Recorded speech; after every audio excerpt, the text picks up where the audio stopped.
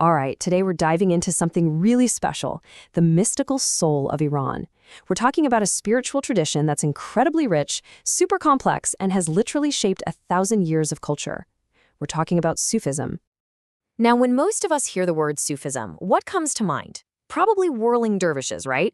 Or maybe the incredible poetry of Rumi. And look, you're not wrong, but that's just the tip of the iceberg. The real story, well, it goes so much deeper.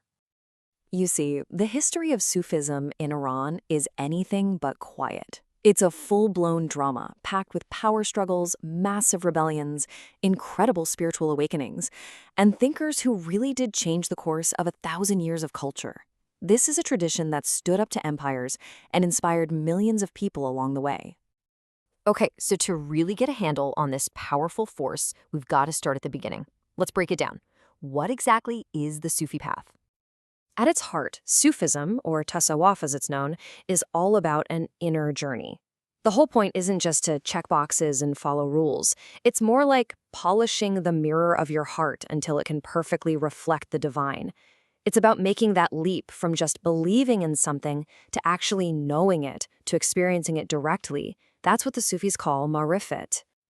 And the absolute foundation for this entire path, it's a concept called tawheed, which means oneness. Now, this is crucial. It's not just some philosophical idea you think about. For Sufi, the real goal is to go beyond just saying there is one God, and to actually directly witness that oneness in every single thing, in every particle of existence. It's about taking an idea from your head and making it a living reality in your heart. So what's the fuel for this incredible journey? It's a single word: ishq, divine love. But let's be clear, we're not talking about a Hallmark card kind of love here. This is a powerful, all-consuming fire. It's the force that's meant to burn away your ego, to purify your soul, and to just pull you, without any resistance, toward the divine. And all of this leads to what you might call the peak of the whole experience, Fana, which translates to annihilation. You've probably heard the phrase dying before you die. Well, this is where it comes from. And no, it's not about physical death. It's about the death of the false self, the ego with all of its wants and fears and attachments. The idea is that once that's gone, the only thing left is the pure, unfiltered reality of God.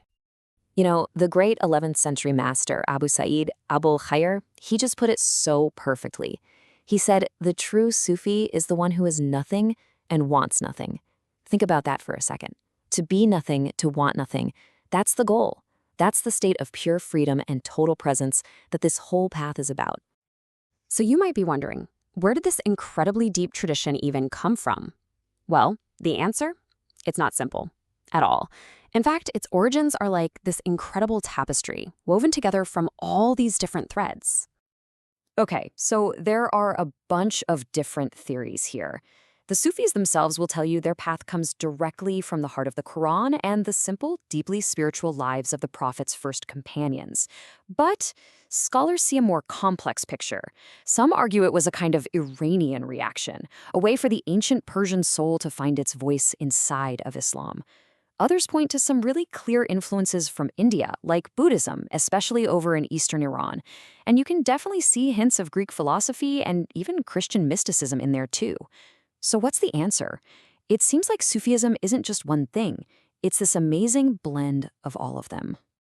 And this incredible mix of ideas, it absolutely exploded during what we now call the Golden Age of Persian Sufism. We're talking about a period of just unbelievable spiritual and creative genius.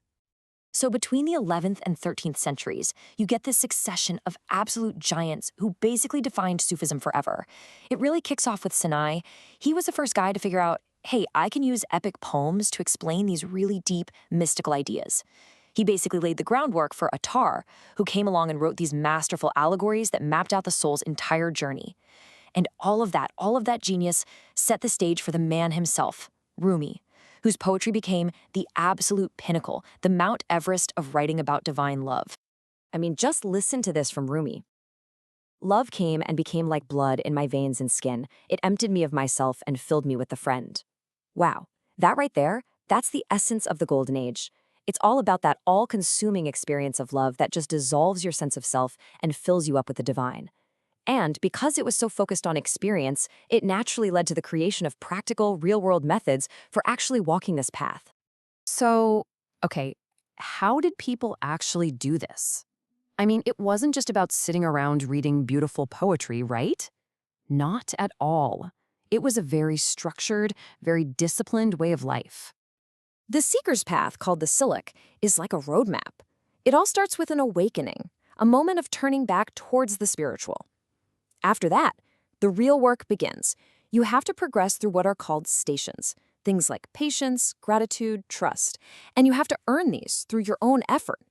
But then there are also states, like sudden joy or ecstasy, that are seen as gifts from the divine. You can't earn them. And this is so important. You don't do any of this alone. The whole journey is done with a guide, a master called a peer, who knows the way and stops you from falling off a cliff, spiritually speaking.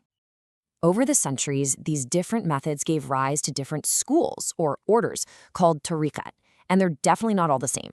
For instance, you have the Qadiriyya, who are famous for their really powerful, loud chanting and remembrance of God, called Dhikr.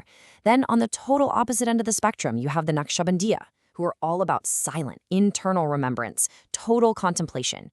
And of course, there's the Malawiya, Rumi's order, who use music and that iconic whirling dance, the sama, to reach a state of ecstasy. You see? Totally different paths, but all trying to get to the same destination. And the physical heart of all this activity, the hub of Sufi life, was a place called the Khanqah. Now, don't just think monastery. It was so much more. It was like a spiritual university, a community center, a homeless shelter, and a soup kitchen all rolled into one.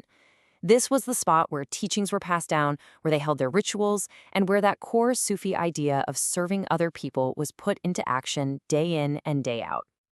Okay, so that's the rich history, but it brings up a huge question. What does all this look like now? What's become of this ancient path in our crazy modern world, especially in Iran today? Well, the difference between then and now is pretty dramatic. You know, back in the day, Sufism was often backed by empires and powerful patrons.